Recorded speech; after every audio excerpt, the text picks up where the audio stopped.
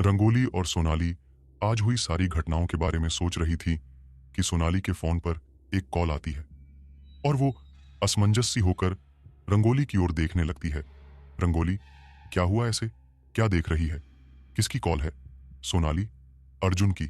रंगोली, अरे यार, इसको तो हम भूल ही गए थे, ये भी तो आने वाला था यहाँ। सोनाली, यार ये कोमल के लिए पूछेगा तो हम क्या कहेंगे? रंगोली, कुछ सोचते हैं पर तू बात तो कर पहले। सोनाली अर्जुन की कॉल उठाती है। दूसरी तरफ से अर्जुन की आवाज आती है। अर्जुन, हे गाइस, कहाँ हो यार? मैं यहाँ शिमला में ही हूं, मेरी जान का भी फोन नहीं लग रहा है। सोनाली, वो हम मार्केट में थे, तू अभी कहाँ है? अर्जुन, मैं भी हूं तो मार्केट की ही तरफ। असल में अभी मैं होटल रेड गार्डन के बाहर हूं, तू बता मैं कहाँ आऊं? सोनाली, तू रुक, वहीं हम आते हैं। और इतना बोल के कॉल कट जाती है और दोनों अर्जुन के पास जाने के लिए निकल जाती है। होटल रेड गार्डन के नीचे ही अर्जुन खड़ा होता है। अर्जुन एक 5.9 इंच का लंबा, गोरा और अच्छी काठी का लड़का है, जो कि काली रंग की शर्ट और नीली जीन्स में कंधे पर अपना बैग लटकाए खड़ा था। सोनाली और रंगोली का देखते ही भाग के उनके पास आता है। अर्जुन मजाकिया अंदाज में, हाँ भाई, क्या हाल है? और वो दोनों कहां पर है? कोमल का फोन नहीं लग रहा है, जिंदा है या मर गई मेरी याद में? उसकी ऐसी बात सुनकर सोनाली के एक फिर खुद से काबू छूट जाता है और वो अर्जुन के गले लगकर रोने लगती है। अर्जुन को कुछ समझ नहीं आता, पर वो किसी तरह सोनाली के गाड़ी में बैठाकर उसे पानी देता है। पानी पीकर सोनाली थोड़ा संयत होकर अर्जुन की ओर देखती है। अर्जुन अब गंभीर स्वर में पूछता है। सोनाली एक नजर रंगोली के ऊपर डालती है और शुरू से लेकर अंत तक की सारी बातें सिलसिलेदार तरीके से बताना शुरू कर देती हैं। अर्जुन, तुम्हें तमस को पुलिस के हवाले करना चाहिए था।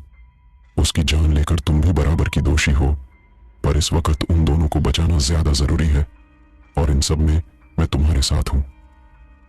हम कल सुबह ही निकल जाएंगे और फिर तीनों बाबा के साथ मिलकर अगले दिन की तैयारी में लग जाते हैं। अगली सुबह 5 बजे ही तीनों बाबा से आशीर्वाद लेकर अपने गंतव्य की ओर निकल जाते हैं। कुछ दूरी गाड़ी से तय करने के बाद ही उन्हें सड़क की दाहिने ओर एक बोर्ड दिखाई देता है, जिस पर धूल की एक मोटी परत थी। अर्जुन ने उसे साफ किया। उस बोर्ड पर लिखा था, त्रिकाल जंगल। तीनों ने बिना वक्त गवाए अपने अपने बैग उठाए और चल पड़े जंगल के अंदर।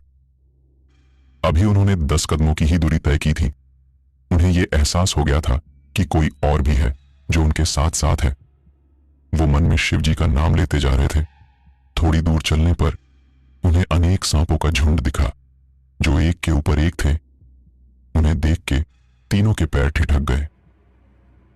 सांप एक से बढ़कर एक जहरीले थे। तभी उन सभी सांपों ने धीरे धीरे एक आकृति का रूप लेना शुरू कर दिया और देखते ही देखते एक विशाल सर्प के रूप में खड़ा हो गया, जिसके 5 फन और लाल आंखें थीं। जुबान जहर से नीली हो चुकी थी। इतना विशाल और भयानक सर्प देखकर सोनाली तो वहीं बेहोश हो गई। अर्जुन ने उसे कंधे पर उठाया और उलटी दिशा में दौड़ लगा दी। दौड़ते दौड़ते वो जंगल के बीचों बीच पहुंच गए। एकदम घना अंधेरा। अर्जुन और रंगोली की सांसें तेज तेज चल रही थीं। तभी एक जोरदार वार अर्जुन की पीठ पर हुआ। इस वार का अंदाजा अर्जुन को नहीं था। वो लड़खड़ा के एक पेड़ से टकरा गया। किसी तरह हिम्मत बटोर के वो फिर उठा और सोनाली के पास आकर उसे उठाने की कोशिश करने लगा। वो विशालकाय सांप अब अपनी फुनकार भर रहा था। उसने वापस से तेज फुनकार भरी, जिससे सारा जंगल कांप गया। उसने अपनी लंबी मोटी पूंछ में अर्जुन को लपेट के अपने फन के पास ले आया। अर्जुन ने अपना बैग उसके मुंह पर मारा, पर वो उस सांप की मजबूत पकड़ से आजाद नहीं हो पाया। उस दैत्याकारी सांप ने अर्जुन को एक फिर जमीन पर पटक दिया। अब के वार से अर्जुन भी वहीं बेहोश हो गया। थोड़ी देर बाद उसने धीरे धीरे आंखें खोली। अपना सर मलते हुए अर्जुन उठा। अपने आसपास नजरें घुमाने पर न तो उसे सोनाली दिखी, न ही रंगोली। उसके आसपास हजारों प्रेत थे।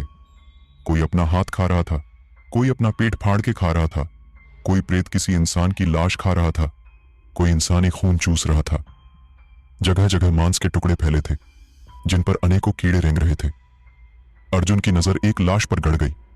क्योंकि वो अर्जुन की ही लाश थी। अपनी आंखों के सामने खुद के शरीर को कोई फाड़ के खा रहा हो तो ये कितना भयानक होता है, इस बात की कल्पना मात्र से ही सिहरन होती है। इतना भयानक दृश्य देखकर अर्जुन की सिटी-पिटी गुम हो गई। उसे समझ नहीं आ रहा था कि वो जिंदा है या मर गया। तभी एक भयानक से दिखने वाले प्रेत की नजर अर्जुन पर पड़ी और वो उसकी तरफ बढ़ने लगा।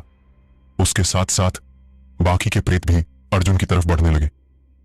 उन्हें अपनी तरफ बढ़ता देख अर्जुन ने विपरीत दिशा में दौड़ लगा दी, पर वो एक पत्थर से टकरा के गिर गया। चारों तरफ से प्रेतों ने उसे घेर लिया और फिर जंगल एक और चीख से गूंज गया। अर्जुन की चीख से अर्जुन ने कुछ देर तक अपने हाथ से अपना चेहरा ढंका, पर जब उसे एहसास हुआ कि खतरा अब नहीं है, उसने धीरे धीरे अपना हाथ अपने चेहरे से हटाया। अब उसके सामने कोई प्रेत नहीं था, बस एक तेज रोशनी थी जिससे उस अंधकारमय जंगल एक दुधिया उजाला हो रहा था। कौन है तू और क्यों आया है यहां? जा निकल जा इस जंगल से, वरना मारा जाएगा बेमौत। उस रोशनी से एक आवाज आई, नहीं मैं वापस नहीं जा सकता, मुझे इस जंगल को पार करना है, वरना मेरा प्यार, मेरे दोस्त सब मुझसे छिन जाएंगे। आप प्लीज मेरी मदद कीजिए। अर्जुन ने हाथ जोड़ते हुए कहा, यहां कोई तेरी मदद नहीं करेगा लड़के।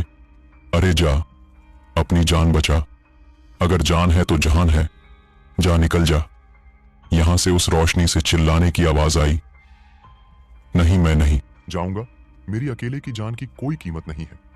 और हां, सही कहा आपने कि जान है तो जहान है, इसीलिए तो अपनी जान को उस तांत्रिका से बचाने जा रहा हूं, अर्जुन ने विवाद करते हुए कहा। तांत्रिका नाम सुनते ही उस रोशनी का स्वरूप बदलने लगा और वो एक लड़की की आकृति में बदल गई, जिसका आधा शरीर लड़की और आधा सांप का था। अर्जुन अचंभित नजरों से उसे देख रहा था। एक बार फिर उसे अपनी जान का डर लगने लगा और वो पलटकर भागने ही वाला था कि पीछे से उस लड़की की आवाज आई, रुको, डरो मत, मैं तुम्हें हानि नहीं पहुंचा रही, मैं तुम्हारी मदद करूंगी। उस लड़की ने इस बार अपनी सुमधुर आवाज में कहा, पर आप हैं कौन और अब आप मेरी मदद क्यों करूंगी? अर्जुन ने सशंकित होते हुए कहा, क्योंकि तुम ही हो त्रिनेत्रधारी के दूत, जिसका इंतजार हमें सदियों से था। तुम ही हो उस चमत्कारी त्रिशूल के वारिस। एक बार फिर उस लड़की की आवाज गूंज गई, पर मैं कैसे? मैं तो एक आम लड़का हूं और यकीन मानो मैं बस दिखता है तगड़ा हूं, असल में मैं हूं बहुत डरपोक। देखिए, मुझे कोई दूत नहीं बनना, मुझे बस मेरे दोनों दोस्त वापस कर दो और इस जंगल से बाहर निकाल दो। अर्जुन ने जल्दी में कहा, दोनों दोस्त? हाँ हाँ, ऐसा नहीं हो सकता। अगर तुम्हें यहां से जाना है तो अपने दोनों दोस्तों में से किसी एक को ही ले जाना होगा और एक हमारे पास छोड़ना होगा, यही हमारा नियम है।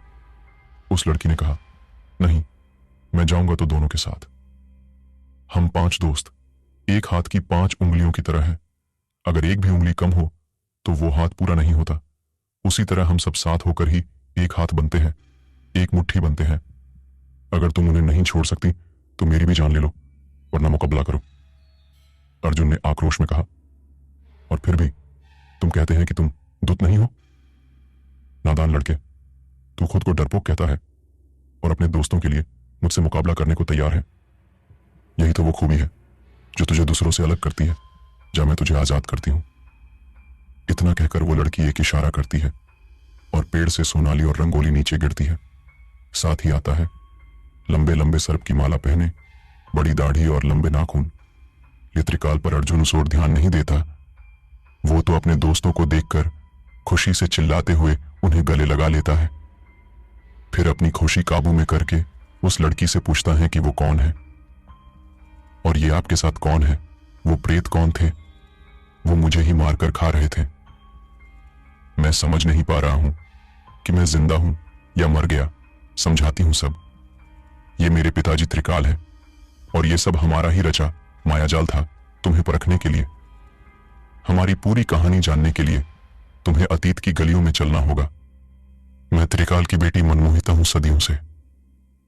मेरे पिताजी यहां पर महादेव की उपासना करते थे। हम पहले आराम से यहां वहां घुमा करते थे। इस पूरे इलाके में महादेव के निवास था, पर फिर धीरे धीरे यहां कुछ पापी लोग बढ़ गए और उन्होंने शैतान को पूजना शुरू कर दिया। फिर एक दिन युद्ध हुआ, भयंकर युद्ध जिसका कोई परिणाम नहीं आ रहा था, पर हम जानते थे कि अब हम उनके सामने ज्यादा देर तक नहीं टिक पाएंगे, क्योंकि हम निर्दोष इंसानों को मारते नहीं थे। पर शैतानों का कोई धर्म नहीं होता, वो मासूम लोगों को मार रहे थे। इसलिए हमने इस युद्ध को विराम दिया और इस जंगल तक सीमित हो गए। पिताजी ने अपनी शक्तियों से नई सेना बनाई और फिर एक बार वही युद्ध शुरू हुआ। इस बार शैतान की हार हुई, वो भाग गया, पर साथ ही उसने कसम खाई कि जब भी कोई उसका आवाहन करेगा वो वापस आएगा। पिताजी ने महादेव का तपस्या की और महादेव के आदेश अनुसार हमें इस जंगल में रहने और उस त्रिशूल की रक्षा का उत्तरदायित्व दिया। अनेकों सालों तक शैतान ने कोशिश की, पर वो वापस ना आ सका। पर जब तांत्रिका ने अपनी मां को बेमौत मरते देखा तो उसने मौत पर काबू करने की सोची। पर ईश्वर की दुनिया में जो आया है वो जाएगा ही, इसलिए उसने शैतान को ही अपना भगवान मान लिया। पिताजी ने बताया था कि महादेव का दूत कोई ऐसा इंसान होगा जो दूसरों के लिए अपनी जान की भी परवाह नहीं करेगा। साथ ही उसके शरीर पर कहीं ना कहीं AUM का निशान होगा जो हमेशा उसकी रक्षा करेगा। जब तुम पर प्रेतों ने हमला किया था और वो तुम्हें नहीं मार पाए, मैं तभी समझ गई थी कि तुम ही वो दूत हो। तुमसे पहले भी यहां कई लोग आए, पर कोई हमारे माया जाल से बच नहीं पाया। सबके मन में खोट और लालच था, पर तुम अलग हो, तुम्हें ही चुना है महादेव ने। उस लड़की ने अपनी बात खत्म की। ओह, मतलब मैं हूं वो रक्षक जो इन चारों को बचाऊंगा। तभी मैं सोचूं कि मुझ में कुछ तो खास है, और ये बेचारी नादान लड़कियां मुझे पहचान नहीं पाई। अर्जुन ने इतराते हुए एक नजर सोनाली और रंगोली पर डालते हुए कहा, चुप कर, तू चाहे जो हो, रहेगा हमारा नालायक। गधा ही सोनाली ने एक मुक्का अर्जुन को मारते हुए कहा, और वो लोग हंसने लगे। त्रिकाल ने गंभीर होते हुए सबको चुप रहने को कहा। तुम लोगों का वक्त हमारी वजह से बहुत खराब हुआ है, इसलिए तुम्हें सही समय पर मंदिर तक पहुंचाने की जिम्मेदारी भी हमारी है। ये शीशी लो, इसमें महादेव की जटाओं से बहने वाला गंगा जल है। तांत्रिका के गढ़ में ये तुम्हारी रक्षा करेगा। और यह शिवलिंग लेते जाओ, इसे अघोरी महाराज को दिखा देना, वो तुम्हें पहचान जाएंगे। अब अपनी आंखें बंद करो, मेरा आशीर्वाद तुम लोगों के साथ है। इतना बोलकर उन्होंने अपना हाथ हवा में घुमाया और उनके हाथ में एक कमंडल आ गया। सोनाली, रंगोली और अर्जुन ने अपनी आंखें बंद की। थोड़ी देर बाद अपनी आंखें खोलने पर उन्होंने खुद को एक खंडर के बीचों बीच पाया। तीनों ने एक दूसरे पर एक नजर डाली और उत्तर दिशा की तरफ चलना शुरू कर दिया। थोड़ी दूरी तय करने पर सामने ही उन्हें महादेव की विशालकाय मूर्ति दिखती है। इतनी भव्य मूर्ति को देखकर तीनों ही मंत्रमुग्ध हो जाते हैं। गले में नाग देवता और हाथों में डमरू और त्रिशूल लिए हुए महादेव का स्वरूप अत्यंत उज्जवल लग रहा था। उनकी मूर्ति के नीचे अनेक अघोरी तप कर रहे थे। अर्जुन ने पहले महादेव को मन ही मन प्रणाम किया और वो अघोरियों की ओर चल पड़ा। उसे देखते ही सभी अघोरियों ने अर्जुन को घेर लिया और वो उसे एक दूसरे बूढ़े अघोरी के पास ले गए। अर्जुन ने उन्हें प्रणाम किया और त्रिकाल की दी हुई शिवलिंग उन्हें दिखाई, साथ ही अपने आने का मकसद भी बताया। हम तुम्हें तो यहां नियति लाई है बेटा, तुम्हारे ही इंतजार में सदियों से मेरे पूर्वज यहां थे, और ये महादेव की कृपा है कि तुम्हारी मदद का सौभाग्य मुझे मिला है। कल प्रातकाल ही हम महादेव के त्रिशूल का अभिषेक करके तुम्हें सौंप देंगे, पर उससे पहले मैं कुछ खास शक्तियां तुम्हें देना चाहता हूं। जाओ, वहां पूर्व दिशा में एक नदी है, उसमें स्नान करके मेरे पास आना। बूढ़े अघोरी ने अपनी बात खत्म की और हवन वेदी की ओर धीरे कदमों से बढ़ने लगा। अर्जुन भी बिना कोई सवाल किए नदी की ओर बढ़ गया। नदी से नहाकर अर्जुन हवन वेदी की तरफ बढ़ गया। वहां पर अनेक अघोरी शिव भक्ति में लीन थे। चारों तरफ राख उड़ाकर सारे अघोरी भोलेनाथ की मस्ती में नाच रहे थे, और दूसरी तरफ अर्जुन और वो बूढ़ा अघोरी हवन कर रहे थे। हवन करते करते रात के 12 बज गए थे। अब वो अघोरी उठे और अर्जुन को एकांत में ले जाकर कुछ समझाने लगे। फिर सबको आराम करने का आदेश देकर खुद भी अपनी गुफा में चले गए। सुबह के 5 बजे सारे अघोरी शिवजी की मूर्ति के सामने खड़े थे। बीच में वही बूढ़े अघोरी हाथ में शिवजी का त्रिशूल लिए उत्तर दिशा की ओर मुंह करके खड़े थे। उनके चेहरे पर आज विचित्र मुस्कान थी। अर्जुन के आते ही सारे अघोरियों ने शिव तांडव स्रोत का जाप तेज स्वरों में शुरू कर दिया। चारों ओर से डमरूने की आवाजें, हवा में राख और अघोरियों का नृत्य, सभी कुछ अविस्मरणीय था। ऐसा लग रहा था जैसे हर अघोरी में शिव है, हर किसी में शिव है। त्रिशूल पर पहली किरण पड़ते ही अर्जुन ने बेलपत्ते और दूध से त्रिशूल का अभिषेक किया। कितना खूबसूरत नजारा था देवों के। देव महादेव सिर्फ बेलपत्ते और दूध से ही खुश हो जाते हैं, तभी उन्हें भोलेनाथ कहा जाता है। अघोरियों ने श्रद्धा से अपना सर महादेव के चरणों में झुकाया और अर्जुन को वापस जाने की अनुमति दी। सबसे आशीर्वाद लेकर अर्जुन, सोनाली और रंगोली निकल पड़े अपने सफर की ओर। पर इस बार यह लड़ाई उनके लिए आसान नहीं थी। आखिर पहले उन्हें बस ये पता था कि तांत्रिका एक शैतानी आत्मा है, पर अब वो ये बात जानते थे कि तांत्रिका पर शैतान का हाथ है और उससे जीतना अब आसान नहीं होगा। दोपहर तक तीनों वापस त्रिकाल के जंगल में थे, पर इस बार उन्हें किसी भी तरह की मुसीबत नहीं मिली। इस बार उस जंगल में उन्हें खुली रोशनी और रास्ता मिला। जो जंगल पिछली बार खत्म नहीं हो रहा था, वो कुछ ही देर में खत्म हो गया। तीनों वापस अपनी गाड़ी में आकर बैठ गए। कुछ देर में वो लोग वापस उन्हीं बाबा के पास आ गए थे। तीनों ने सारी बातें बाबा को बताई। बेटा, ये बातें तो मैं बचपन से सुनता आ रहा हूं कि कोई रक्षक आएगा, पर यह बात सच होगी मुझे अंदाजा नहीं था। खैर, आज की रात हमारे पास है। हमें हवेली में रात को प्रवेश करना होगा, तभी हम कोमल और निशा को ढूंढ पाएंगे। तांत्रिका ने उन्हें तहखाने में रखा है, पर उस तहखाने को हम रात में ही ढूंढ सकते हैं। दिन में वो तहखाना छूप जाता है, वो रहस्यमयी दरवाजा दिन होते ही बंद हो जाता है। अगर तुम सुबह से पहले उस तहखाने से नहीं निकल पाए तो हमेशा के लिए वही कैद हो जाओगे। अर्जुन बेटा, वो गढ़ है शैतान का।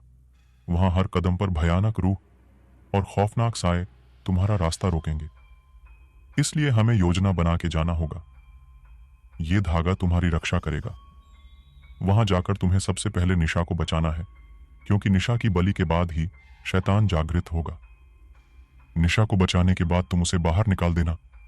फिर तुम कोमल को ढूंढना, और जैसे ही कोमल का शरीर मिल जाए उस पर महादेव की ये भस्म लगा देना। इससे कोमल होश में आ जाएगी। साथ ही अगर उस पर किसी आत्मा का वश होगा तो वो आत्मा कोमल का शरीर छोड़ देगी। काम यही खत्म नहीं होता। वो तहखाना एक भूल भुलिया है, उससे निकलने के गा ही तांत्रिका है। ये भोलेनाथ का त्रिशूल। तुम्हें तांत्रिका के दिल में मारना होगा, तभी तांत्रिका का और शैतान को पूजने वाली आत्माओं का अंत होगा। बाबा ने अपनी बात खत्म की। बाबा, हम किस तरह आपका धन्यवाद करें? आपने हमारी बहुत मदद की है। इतना कोई किसी के लिए नहीं करता, और आपने तो अपने ही बच्चों के लिए। कहते कहते सोनाली ने अपनी बात अधूरी छोड़ दी। नहीं बिटिया, मैं तो वही कर रहा हूं जो सही है। इसमें मेरा भी स्वार्थ ही है। अपने कमा का फल भोग चुका हूं।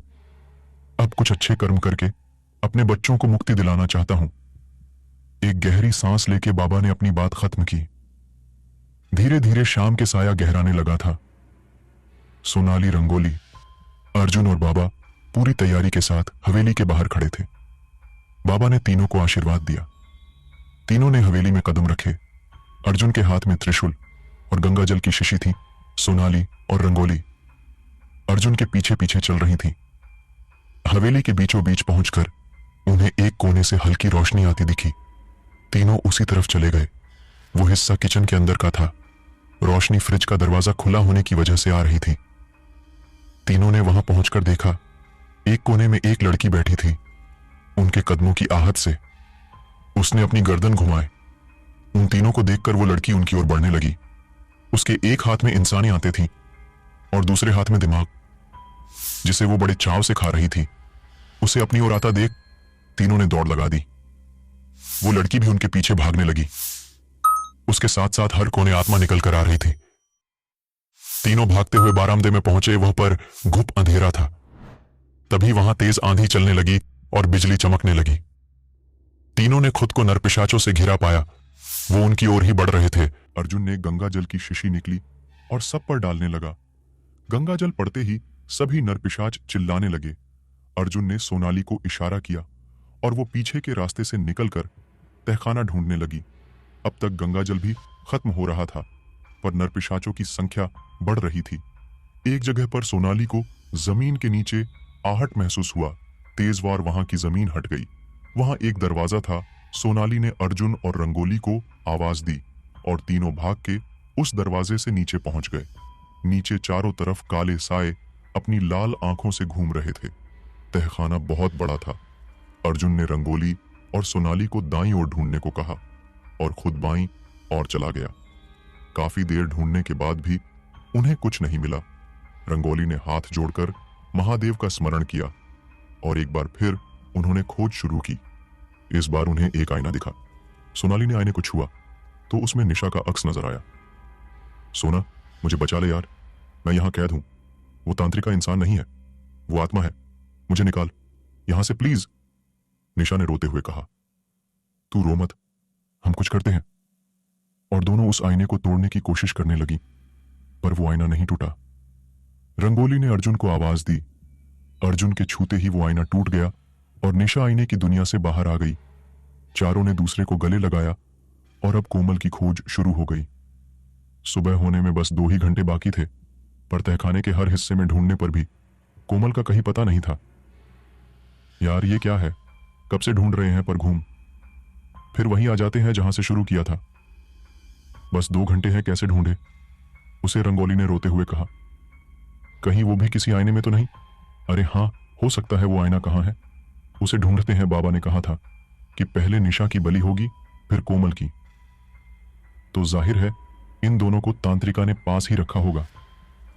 निशा आईने में थी, मतलब कोमल भी आईने में ही है, सोनाली ने कहा। तीनों उस आईने के टुकड़े जोड़ने लगे। आईने में शैतान की मूर्ति दिखी जिसकी आंखों में लाल रोशनी थी, जीभ पर खून था। कोमल को जमीन पर लेटाया था जिसके चारों ओर गोल चक्कर बना था। एक तरफ इंसनी खोपड़ी थी और दूसरी तरफ एक थाली में इंसानी अंग के कटे हुए टुकड़े थे। एक साया अपनी लाल आंखों से कोमल के बदन को अपनी खा जाने वाली आंखों से देख रहा था। अर्जुन के बर्दाश्त से बाहर था कि कोई उसके प्यार को इस तरह घुरे। उसने त्रिशूल उठाया और आईने की दुनिया में चला गया। आजा, तेरा ही इंतजार था मुझे। आज मेरी प्यास बुझेगी जब मैं तुझे मारकर अपने शैतान को तेरी भेंट चढ़ाऊंगी। तांत्रिका ने कहा। तू क्या मुझे मारेगी? मारूंगा तो मैं तुझे, आजा, अर्जुन ने ललकारते हुए कहा। और फिर तांत्रिका ने अपना हाथ उठाया। सभी शैतानी शक्तियां तांत्रिका में समा गई और फिर शुरू हुआ अर्जुन और तांत्रिका के बीच युद्ध। कभी अर्जुन तांत्रिका पर भारी पड़ता तो कभी तांत्रिका अर्जुन पर। अर्जुन लहूलुहान हो चुका था। तांत्रिका ने अपने एक हाथ से अर्जुन को उठाया और जमीन पर पटक दिया। अर्जुन लगभग बेहोश हो गया था। अब तांत्रिका की हंसी की गूंज सारे माहौल को और डरावना बना रही थी। तांत्रिका ने एक नजर अर्जुन पर डाली और शैतान की मूर्ति के नीचे आ गई। देखो मेरे मलिक, मैंने आपकी इच्छा पूरी की, अब आप मेरी इच्छा पूरी करो, कर दो मुझे जिंदा, मेरी आत्मा को अपनी पनाह में ले लो, हमेशा के लिए अमर कर दो मुझे। तांत्रिका ने शैतान के आगे सर झुकाते हुए कहा। एक एक करके सभी आत्माएं तांत्रिका के अंदर से निकल गई। पास ही रखे गंडासे को तांत्रिका ने उठाया और कोमल की तरफ बढ़ने लगी। एक एक कदम के साथ कई आत्माओं का शोर बढ़ रहा था। तांत्रिका ने कोमल के पास पहुंचकर अपना हाथ ऊपर उठाया और खचाक की आवाज आई। एक पल के लिए सभी तरफ शांति छा गई। त्रिशूल तांत्रिका के दिल के पार हो चुका था। एक एक करके सभी आत्माएं गायब होने लगी और तेज धमाके के साथ ही तांत्रिका का शरीर जलने लगा और देखते ही देखते वो एक राख में बदल गई। एक साया जो कि तमस का था, तांत्रिका के साथ ही हवा में विलीन हो गया। तांत्रिका के साथ साथ शैतान की मूर्ति भी डगमगाने लगी। अर्जुन ने जल्दी से भस्म कोमल के माथे पर लगाई और उसे उठाकर भागने लगा। जल्दी ही वो हवेली के मुख्य दरवाजे पर पहुंच गया और उसके निकलते ही पूरी हवेली ऐसे जमीन में समा गई जैसे वहां पहले कभी कुछ था ही नहीं। सब कुछ शांत हो गया था। एक भयानक रात के साथ साथ एक शैतान का भी अंत है गया था। अर्जुन को काफी चोट आई थी। बाबा उन 5 को वापस अपनी कुटिया में ले आए।